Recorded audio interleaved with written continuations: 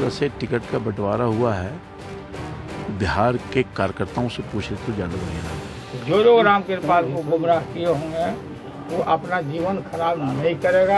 अगर वो सिर्फ एक सीट के लिए अगर नाराज है तो मैं अपनी सीट कुर्बान करना चाहती हूँ उनके लिए। नाराज नहीं है, दुखी हैं। रामकृपाल जी आए, हमारे साथ आए, अब हमारे गठबंधन को वो मजबूत करें। आज मैं कांग्रेस पार्टी छोड़ने का निर्णय लिया और मैंने भारत की लोकसभा की सदस्यता से त्यागपत्र दिया है। चुनाव के वक्त उनका इस्तीफा देना मैं समझती हूँ उपयुक्त नहीं था। स्वाभाविक कि सारे देश में भारतीय जनता पार्टी के प्रति जन सामान्य की रुझान तेजी के साथ बढ़ रही है। अगर हमारे प्रधानमंत्री का सपना देखने वाले व्यक्ति मिलना भी नहीं चाहते हमसे, फिर क्या करें? मैं भी पूछना चाहूंगा केजरीवाल से कि आप बताइए केजरीवाल जी, आप संविधान में विश्वास नहीं रखते हैं, फिर ये व्यवस्था में क्यों है? केजरीवाल जी शायद गुजरात में लंबा इसलिए रह रहे हैं ताकि दिल्ली में जो बुनियादी प्रश्न है इससे लोगों की नजर हटाना चाहते हैं, डाइवर्ट करना चाहते हैं। देखो मोदी पेपर टाइगर है। अरविंद केजरीवाल श्री नरेंद्र मोदी से मिलना क्यों चाहते? जिन सवालों का जवाब मोदी से आज केजरीवाल मांग रहे हैं वो मेरी वेबसाइट पे if you click all press English और गुजराती दोनों में मौजूद है। जितने लोग घूम रहे हैं उनको अगर मेरे इतना एक्सपीरियंस हो तो बता दीजिए। प्रधानमंत्री का चुनाव है तो स्वाभाविक है हम चाहते हैं कि समाजवादी प्रधानमंत्री बने। If it is setback to left it can be setback to AIADMK आज। नमस्कार, बड़ी खबर में चुनावी गहमागहमी। गुजरात दौरे के तीसरे दिन अरविंद केजरीवाल ने नरेंद्र मोदी से 16 सवालों का पर्चा मीडिया के सामने रख दिया। मोदी के विकास के दावे की पोल खोलने के दावे के साथ केजरीवाल बिना अपॉइंटमेंट मोदी से मिलने, उनके घर जाने की कहने लगे। जाहिर है मिलने नहीं दिया गया। फिर राहुल गांधी का वो बयान सामने आया जिसमें उन्होंने गांधी जी को आरएसएस ने मारा था कहा। अब राम माधव जो आरएसएस के प्रवक्ता है वो कह रहे हैं कि राहुल गांधी पर केस करेंगे, चुनाव आयोग से शिकायत भी करेंगे। इन बयानों की हलचल के बीच जोड़ तोड़ की राजनीति भी तेज हो चली है।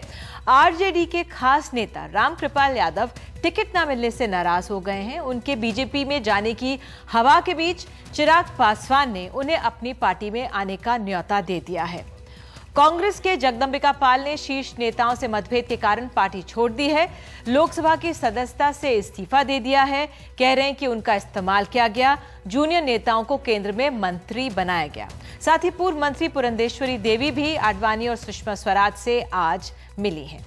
उधर बीजेपी खेमे में भी सब कुछ ठीक नहीं है। सुषमा स्वराज कर्नाटक में बीएसआर कांग्रेस के साथ गठबंधन के विरोध में हैं। उसके नेता श्रीरामुलु रेड्डी बंधुओं के बेहद करीब माने जाते हैं और सुषमा स्वराज दागी नेताओं के आने के विरोध में हैं। बीजेपी की महाराष्ट्र इकाई में एमएनएस से लगातार संपर्क के बीच जो शिवसेना है उसका गुस्सा बढ़ रहा है। आज मुंबई के बीजेपी प्रदेश अध्यक्ष आशीष सहेलर और विधानसभा में नेता प्रतिपक्ष विनोद तवाड़े राज ठाकरे से मिलने पहुंचे। उधर आज जो तीसरा मोर्चा है उसकी भी खबर आई कि हवा निकल गई है। जयललिता और वाम दलों के बीच सीटों को लेकर समझौता टूट गया है। तो समझेंगे बनते बिगड़ते समीकरणों को आज बड़ी खबर में पहले। लेकिन सबसे पहले जो हमारे साथ खास मेहमान मौजूद हैं बता दें। सत्यव्रत चतुर्वेदी प्रवक्ता कांग्रेस, अमिताभ सिन्हा नेता बीजेपी, हननमुला नेता सीपीएम, मनोज झा प्रवक्ता आरजेडी और नवीन उपाध्याय वरिष्ठ पत्रकार हमारे साथ मौजूद है। लेकिन सबसे पहले मीसा हमारे साथ मौजूद है, लालू प्रसाद यादव की बेटी। उनसे हमने कुछ देर पहले बात की और मीसा ने क्या कहा, पहले मैं सवाल अपना बता दूं मीसा से जो पूछा मैंने।